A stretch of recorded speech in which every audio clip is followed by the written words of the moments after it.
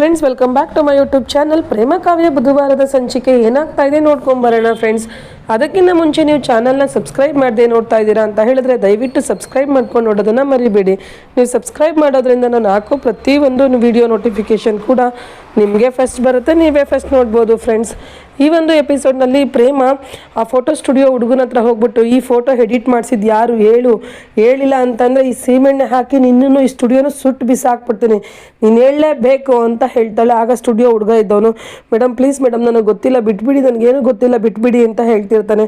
ಪ್ರೇಮ ಇದ್ದವಳು ಹೌದಾ ಸರಿ ಅಂತ ಹೇಳಿ ಅವನಿಗೆ ಪೆಟ್ರೋಲ್ ಎರ್ಚಕ್ಕೆ ಹೋಗ್ತಾಳೆ. ಅಷ್ಟರಲ್ಲಿ ಅವನು ಮೇಡಮ್ ಮೇಡಮ್ ಮೇಡಮ್ ಎರ್ಚಬೇಡಿ ಮೇಡಮ್, ನಾನು ಹೇಳ್ತೀನಿ.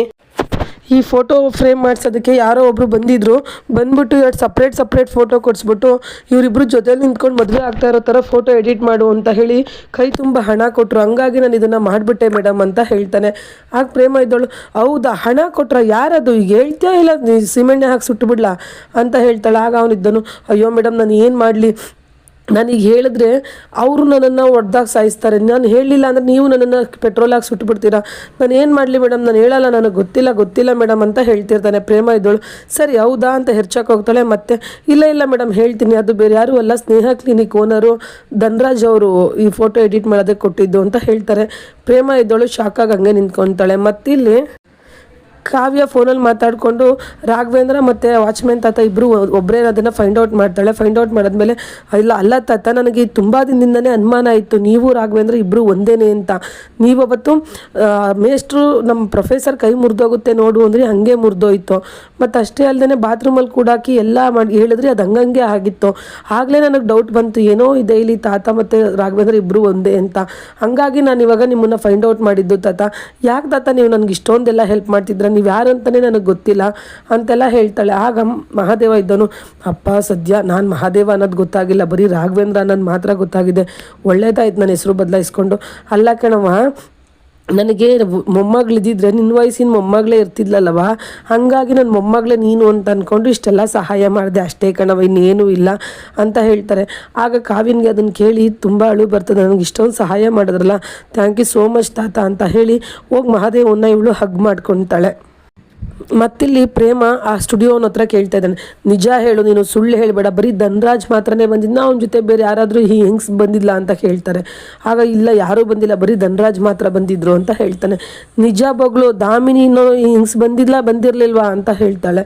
ಆಗ ಇಲ್ಲ ಮೇಡಮ್ ನಿಜವಾಗ್ಲೂ ಯಾರೂ ಬಂದಿಲ್ಲ, ಬರೀ ಸರ್ ಒಬ್ಬರೇ ಬಂದು ಫೋಟೋ ಹಿಂಗೆ ಎಡಿಟ್ ಮಾಡು ಅಂತ ಹೇಳಿ ಇಬ್ರದ್ದು ಕೊಟ್ಟು ಕೈ ತುಂಬ ದುಡ್ಡು ಕೊಟ್ಟರು, ಹಾಗಾಗಿ ನಾನು ಮಾಡಿಕೊಟ್ಟೆ, ಆಮೇಲೆ ಯಾರ ಹತ್ರನೂ ಸತ್ಯ ಬಾಯಿ ಬಿಡಬೇಡ ಅಂತ ಹೇಳಿದರು, ಹಂಗಾಗಿ ನಾನು ನಿಮ್ಮ ಹತ್ರ ಹೇಳ್ತಾ ಇಲ್ಲ ಮೇಡಮ್ ಅಂತ ಎಲ್ಲ ಹೇಳ್ತಾನೆ.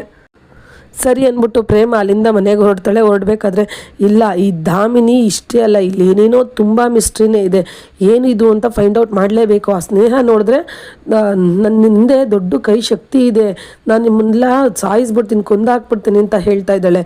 ಯಾವ ಶಕ್ತಿ ಅಂದರೆ ಅದು ಈ ದಾಮಿನಿ ಶಕ್ತಿನೇ ಇರಬೇಕು. ಇಲ್ಲಿ ಧನ್ರಾಜ್ಗೂ ದಾಮಿನಿಗೂ ಏನು ಸಂಬಂಧ, ಏನೋ ಇದೆ ಇಲ್ಲಿ, ನಾನು ಫೈಂಡ್ ಔಟ್ ಮಾಡಲೇಬೇಕು ಅಂತ ಅಂದ್ಕೊಂಡು ಓಡ್ತಾ ಇದ್ದಾಳೆ. ಮತ್ತಿಲ್ಲಿ ಕಾವ್ಯ ಆ ಮಹಾದೇವನ್ನ ಅಲ್ಲಿ ಕರ್ಕೊಂಬಂದ್ಬಿಟ್ಟು ಸೌಜನ್ಯನ ಹತ್ರ, ಸೌಜನ್ಯ ರಾಘವೇಂದ್ರ ಬೇರೆ ಯಾರೂ ಅಲ್ಲ ಸೌಜನ್ಯ, ಇವರೇ ರಾಘವೇಂದ್ರ, ನಮ್ಮ ಪ್ರೊಫೆಸರ್ಗೆ ಹೊಡೆದಿದ್ದು ಮತ್ತು ಅವ್ರನ್ನ ಕೂಡ ಹಾಕಿದ್ದು, ಅವ್ರ ಕೈ ಮುರಿದು ಹಾಕಿದ್ದು ಎಲ್ಲ ಇವರೇ ರಾಘವೇಂದ್ರ ತಾತನೇ ಅಂತ ಹೇಳಿ ಪರಿಚಯ ಮಾಡ್ತಾಳೆ. ಆಗ ಸೌಜನ್ಯ ಇದ್ದಳು, ಹೌದಾ ತಾತ ನೀವಾ ಹೊಡೆದಿದ್ದು ಅವ್ರಿಗೆ ಅಂತ ಕೇಳ್ತಾಳೆ. ಅಯ್ಯೋ ನಾನು ಹೊಡೆದಿಲ್ಲ, ನನಗಿಷ್ಟು ವಯಸ್ಸಿನಲ್ಲಿ ನಾನೆಲ್ಲಿ ಹೊಡಿಯೋಕ್ಕಾಯ್ತದೆ, ನನಗೆ ವಯಸ್ಸಾಗೋಗೋದೆ, ನನಗೆ ಪಾಪ ಈ ಕಾವ್ಯ ಅಳ್ತಾ ಇದ್ದಾಗ ಅನಿಸೋದು, ಪಾಪ ಈ ಹುಡುಗಿ ಅಳ್ತದಲ್ಲ ಏನು ಮಾಡೋದು ಅಂತ. ನಾನು ಅವಾಗ ಹೋಗಿ ರಾಘವೇಂದ್ರ ಸ್ವಾಮಿ ಹತ್ರ ಬೇಡ್ಕೊತಾ ಇದ್ದೆ, ದೇವರೇ ಏನಾದರೂ ಮಾಡಿ ಕಾಪಾಡಪ್ಪ ಈ ಹುಡುಗಿನ, ಹಿಂಗೆ ಪ್ರೊಫೆಸರ್ ಕೈ ಮುರಿದೋಗ್ಲಪ್ಪ ಅಂತ ದೇವ್ರ ಹತ್ರ ಬೇಡ್ಕೊತಾ ಇದ್ದೆ. ಆ ದೇವರು ಹಂಗೆ ವರ ಕೊಟ್ಟು ಇದೆಲ್ಲ ಆಯಿತು ಅಷ್ಟೇ ಕಣವ, ನಾನೇನು ಮಾಡಿಲ್ಲ ಅಂತ ಹೇಳ್ತಾರೆ. ಆಗ ಕಾವ್ಯ ಇದ್ದಳು, ಥ್ಯಾಂಕ್ ಯು ಸೋ ಮಚ್ ತಾತ, ನನಗೋಸ್ಕರ ನೀವು ರಾಘವೇಂದ್ರ ಸ್ವಾಮಿನ ಬೇಡ್ಕೊಂಡಿದ್ದೀರಲ್ಲ, ತುಂಬ ಥ್ಯಾಂಕ್ಸ್ ತಾತ ಅಂತ ಹೇಳಿ ಕಳಿಸ್ಕೊಡ್ತಾಳೆ.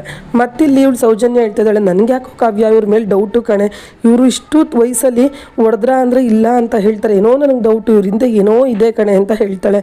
ಆ ಕಾವ್ಯ ಇದ್ದಳೆ, ಸುಮ್ಮನೆ ಇರೇ, ತಾತನ ಬಗ್ಗೆ ಅನುಮಾನ ಪಡ್ತೀಯಲ್ಲ, ನಿಂಗೆ ಬುದ್ಧಿ ಇಲ್ವೇನೆ ಅಂತ ಅವಳಿಗೆ ಬೈದ್ಬಿಟ್ಟು ಸುಮ್ಮನಿರ್ಸ್ತಾಳೆ. ಪ್ರೇಮ ಮತ್ತಿಲ್ಲಿ ಮನೆಗೆ ಹೋಗ್ತಿರ್ತಾಳೆ. ಹೋಗಬೇಕಾದ್ರೆ ವಾಣಿ ಸಿಗ್ತಾಳೆ. ವಾಣಿ ಅಂತ ಕೂಗಿದ್ರು ಕೂಡ ವಾಣಿ ಮಾತಾಡದೆ ಓಡೋಗ್ತಿರ್ತಾಳೆ. ಇದ್ಯಾಕೆ ವಾಣಿ ಮಾತಾಡದೆ ಹೋಗ್ತಾ ಇದ್ದಾಳಲ್ಲ ಅಂತ ಹೇಳಿ ಕೂಗ್ತಾನೆ ಇರ್ತಾಳೆ. ಆಗ ವಾಣಿಯವ್ರ ತಂದೆ ಬಂದು, ಪ್ಲೀಸ್ ಅಮ್ಮ, ನನ್ನ ಮಗಳ ಹತ್ರ ಮಾತಾಡಬೇಡ, ನಿನ್ನ ಜೊತೆ ಮಾತಾಡಿದ್ರೆ ನನ್ನ ಮಗಳು ಪ್ರಾಣಕ್ಕೆ ಅಪಾಯ ಇದೆ, ಪ್ಲೀಸ್ ಅಮ್ಮ ಮಾತಾಡಬೇಡ, ಹೆಂಗಸು ಕೆಟ್ಟೋಳು, ನಮ್ಮನ್ನು ಸಾಯಿಸ್ಬಿಡ್ತಾಳೆ, ನನ್ನ ಮಗಳು, ನೀನು ಮಾತಾಡಬೇಡ ಅಮ್ಮ ಅಂತೆಲ್ಲ ಹೇಳ್ತಾರೆ. ಆಗ ಪ್ರೇಮ ಇದ್ದಳು, ಪ್ಲೀಸ್ ಅಂಕಲ್ ಏನು ಹೇಳಿ ನಾನು ಸಹಾಯ ಮಾಡ್ತೀನಿ, ಯಾರು ಅವ ಹೆಂಗಸು ಏನು ಎಲ್ಲ ಹೇಳಿ ಅಂತ ಕೇಳ್ತಾಳೆ. ಆದರೂ ಕೂಡ ತಾತ ಏನು ಹೇಳಲ್ಲ.